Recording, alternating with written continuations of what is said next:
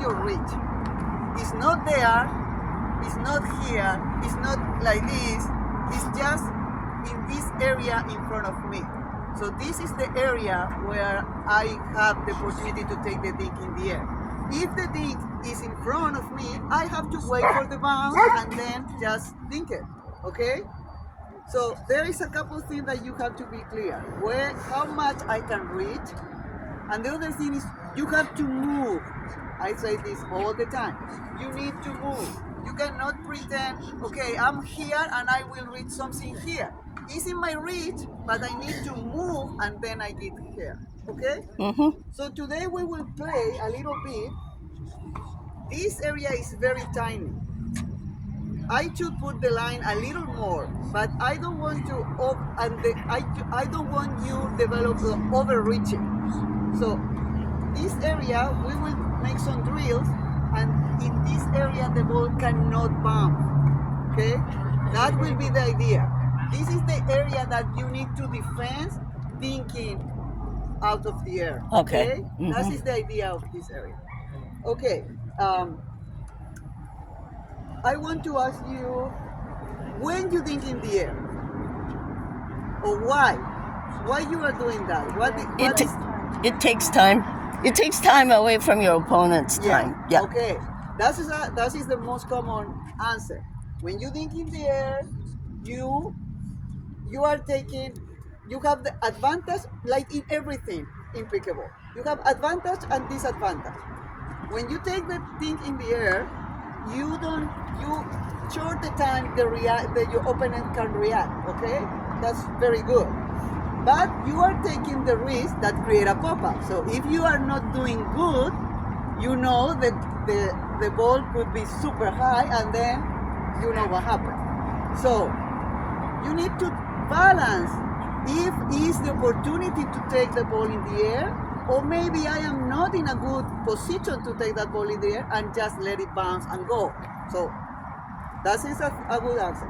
There is another idea why you take the balls in the air? No? Kill shot. Huh? Kill shot. A kill shot. Yeah, of course, if you have the opportunity. There is a couple other reasons. The first one is because when I take the ball in the air, I will be better. I will take the ball in the air here because I don't want to go back. Because sometimes the bounce is here. And when the bounce is here, I need to move one step back. And sometimes I don't want to. Because what happens? So many times, the people go back to take the ball after the bounce, and then they stay here. Yeah. And now I am far away to the kitchen. And I don't want to be far away to the kitchen. I want to be here. So that's another reason because you take the balls without bounce, because you don't want to start going back. Okay? That happens especially when you are thinking cross court. When you are thinking cross court and you take the dink here, I am defending. The balls will bounce here. What happens if I wait for the bounce and the balls bounce here in this corner? What will happen? I will have to move to here to hit the ball. And look at me. I am super far away. I am almost out of the court and I am almost super far away to the kitchen. So I am far away to the kitchen. I am almost out of the court. If I wait, the balls bounce here. So sometimes I will hit the ball in the air here to protect this corner because I don't want to my opponents push me out of the court or behind the kitchen line. You got it? Yeah. Yeah? It's clear? So this is the idea. If I take the idea to take the thing in the air like offensive idea, it's because I want to take time of my opponents and I want to I speed up a little bit the game. But there is another reason. I want to be in the kitchen all the time. So this will be your goal today. You will be here take the ball in the air all the time. All the time. And if it's not there, you will go with bounce and then you will back here because you want to take the next one in the air. Okay? Okay, now the important part. How I take the ball in the air without creating pop-ups. That is the difficult part. Okay, first thing, think stable position. Okay? Second, the grip. The grip. How have to be the grip? You know. Light. Very light. I don't want to go very, like tight in my grip. Okay? This idea. And then just you don't need to do too much. You just need to push a little bit with your legs. Like this. This is all the movement that you need. You don't need to move more. You don't need to do nothing with your arm. It's just push, but very little. Very little. Okay? Okay. So, give me a couple and I will show you. That's the thing that I want. And I don't want to attack that ball. I want to that ball. We are doing things. We are not doing bowling. Oh, this is a big bowling. Some people say it that way. But the thing that I want is I want the ball bounce in the kitchen. So I will be very careful and I will just go like this. This is your goal. So boom. And if you want to take time of your opponents, you need to look for placement. You cannot just hit the ball in the air in front of you because your opponent is there. So if it's not there, okay, that was not there. If I overreach, I will pop up. So give me again. Oh.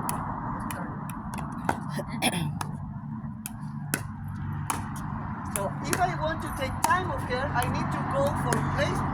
It's not just hit the ball in front of you. You need to move your opponent.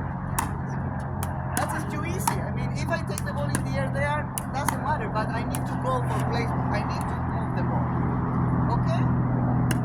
Any question? Stable position, very soft, and just redirect the ball. Don't move your wrist like that. You got it. You got it. Nothing of this. Nothing of this. I don't want to see nothing of this. Just here and here. Very light touch, and then you put the ball. Okay, this will be the first exercise.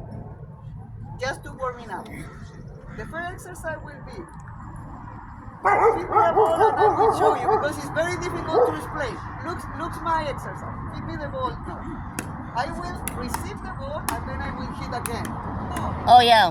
Oh yeah, you Yeah. know that. So I will just touch and then hit. And my partner will do the same. So I touch and I hit. Touch and hit. Touch and hit. Because this first touch is the same touch that you need to make the ball in the air. Oh. So go again. Touch and ding. Touch and ding. Whoa. Touch and ding. Touch and ding. Touch and ding. Now, if you are able to make in the air, you can do it. Give me a little deeper. Like here. Boom, boom. If you are able to do that, that's good too. It's bounce, and then it's here. You got it? Yeah. This is the first idea. Okay? It's easy. It's easy. Yeah, it's easy. I know you can do it. It's easy. Okay? So it just teaches us soft shot? Yes. Very soft. Okay. That will be the first exercise. Now in the second one, we will use this line. So, one of the person will try to hit the ball around this area, okay? Try to make the balls bounce behind this line. And I have to defend this line. So I don't want the balls bounce here. If the balls bounce here, I am losing the point, okay? So, now I will try and I will defend my zone. Oh, I missed the ball. But that's the idea. I need to defend. That doesn't bounce.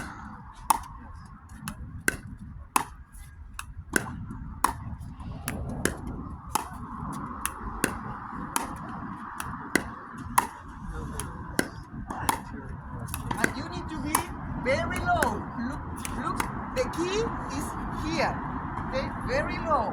Bend your knees and just push a little.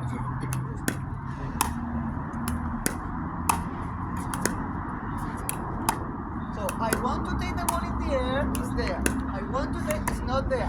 When it's not there, I wait for the bounce and go. Bounce, because it's not there.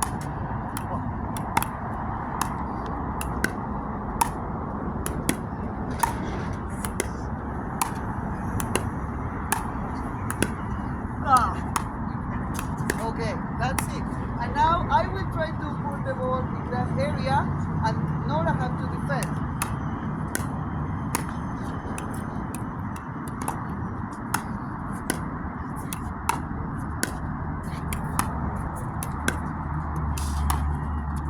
Good.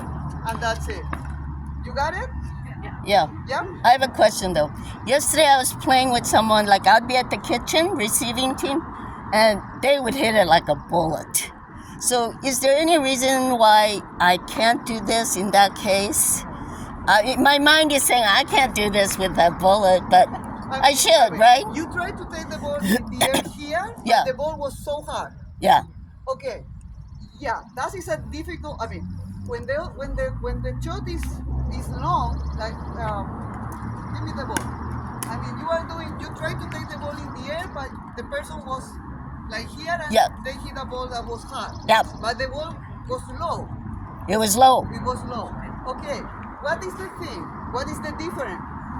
When you are doing the same thing with, for example, with a third shot drop, the energy that the ball has is more than when you are dinking.